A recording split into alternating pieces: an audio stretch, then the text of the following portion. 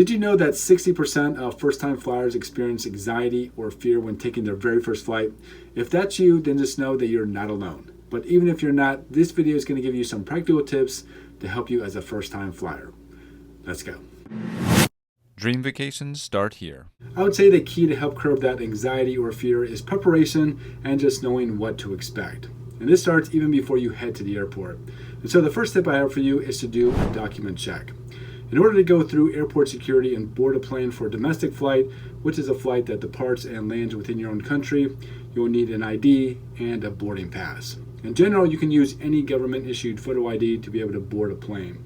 This would include a driver's license, including driving permits for those of you learning how to drive, state IDs, permanent resident cards, and passports. If you're traveling internationally, then you must use your passport as your ID, your boarding pass, and any visas that may be required to visit the country you're going to. Now, if you're from the US, your ID will need to be what's called Real ID compliant by May 7th, 2025. Real ID is just an added security measure that's placed on the IDs. So if your license needs to get renewed within the next couple of years, make sure you get a Real ID compliant driver's license to continue to use it at the airport. Or if you have a passport, you can just use that as well since it already meets the Real ID security measures. And just so you know, every time I mention Real ID in one of my videos, the deadline keeps getting extended. So I'll post updates about the deadline in the comments in case it gets extended again, so that you'll have up-to-date information about it. Tip number 2 is to pack smart. Since it'll be your first time flying, it's important to note that there are essentially 3 different types of luggage you can bring with you on your flight. There's what's called checked luggage. This is where you'll hand over your luggage to the airline and they will store it for you in the plane's luggage hold, which is usually located under the plane. The downside to this is not only will you have to usually pay a fee to check your bag, but you also run the risk of the airline losing your luggage, especially if you have multiple flights. So to avoid the luggage fees and the stress of possibly losing your luggage, I recommend just traveling with the second and third types of luggage, which are the carry-on and personal item bags, also called hand luggage depending on where you're from. Most airlines will not charge you for carry-on and personal item luggage. For these 2 types of luggage, you will physically carry them onto the plane and store them either in the overhead bins or under the airline seats. If you're going to go this route, make sure your luggage meets the carry-on size dimensions for the airline you'll be flying on. For most airlines, the carry-on size will need to be 22 by 14 by 9 inches. For the personal item bag, this could be a backpack, a laptop bag, or a purse. These will need to be small enough to be able to fit under the airline seat. I'll link to some options down in the video description if you're in need of some luggage for your trip. Tip number 3, choose your seats wisely. If you didn't know, there are pros and cons to each seat on the airplane. A good website to use to help you choose the best seats for your flight is Seat Guru. All you have to do is enter your airline and flight number, and Seat Guru will pull up the seat map for the flight you're on and let you know which seats you should avoid. I also have a full video on this very topic of airline seats and which ones are the worst or the ones to avoid, and you can find that video linked in the video description.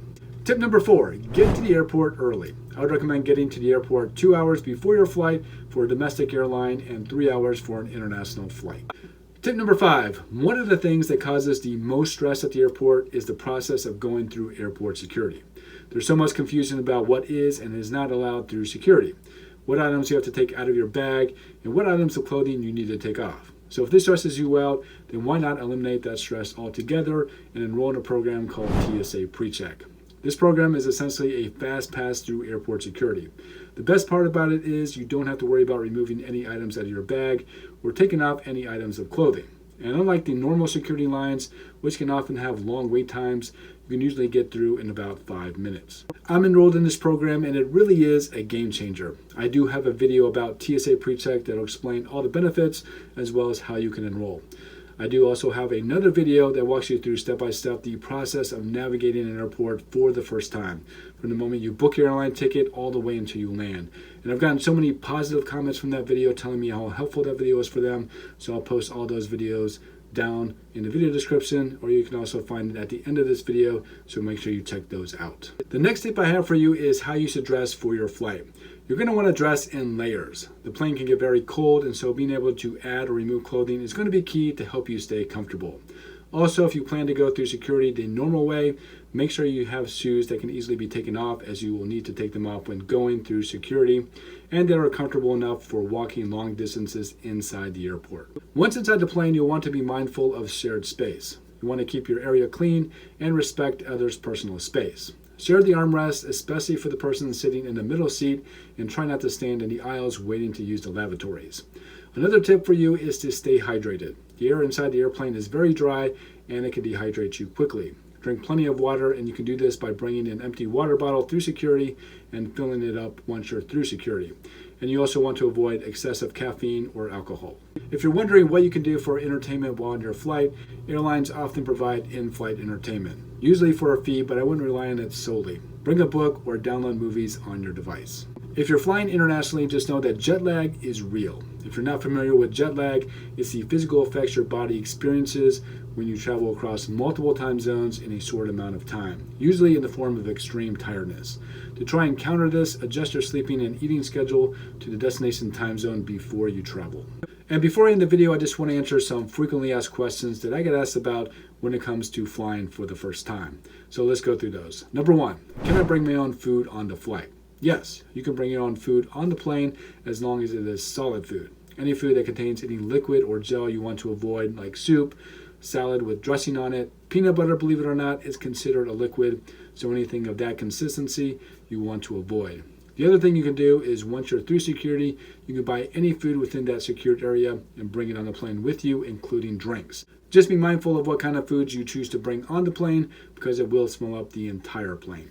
Another question I get asked about is, how can I overcome my fear of flying? Since it'll be your first flight, the most important thing to do, as I mentioned earlier, is being prepared and knowing what to expect. Listening to the flight demonstration for the flight before takeoff can seem like a good way to induce anxiety and fear, but it can actually have the opposite effect. Hearing what to do in an emergency situation and being prepared is the most comfortable thing you can do. Along with that, doing some relaxation techniques like deep breathing or listening to calm music, as well as distracting your mind with a book or game, can help alleviate anxiety. Next question, what if I feel sick during the flight? Air sickness is a common issue, especially for first-time flyers. If you know you're prone to motion sickness, consider over-the-counter medications. Other things that can help is closing your eyes, looking at the horizon out the window, or lying back. If you're feeling sick, let the flight attendant know, as they're trained to help you if you're feeling unwell. Another question I get asked about is, what is the procedure for connecting flights? When you land at the connecting airport, the first thing you want to check is the gate number of your next flight. Gates frequently change, so making sure you have the up-to-date gate information will be key in determining where you need to head to next. There are a few ways you can check this. The first way is just to look it up on the airline's website, and you want to look for the words flight status. Click on that and enter your flight number, and it will show you the current gate of your next flight. The second way is through the airline's app, and then the third way is finding a departure screen once you're off the plane and in the terminal.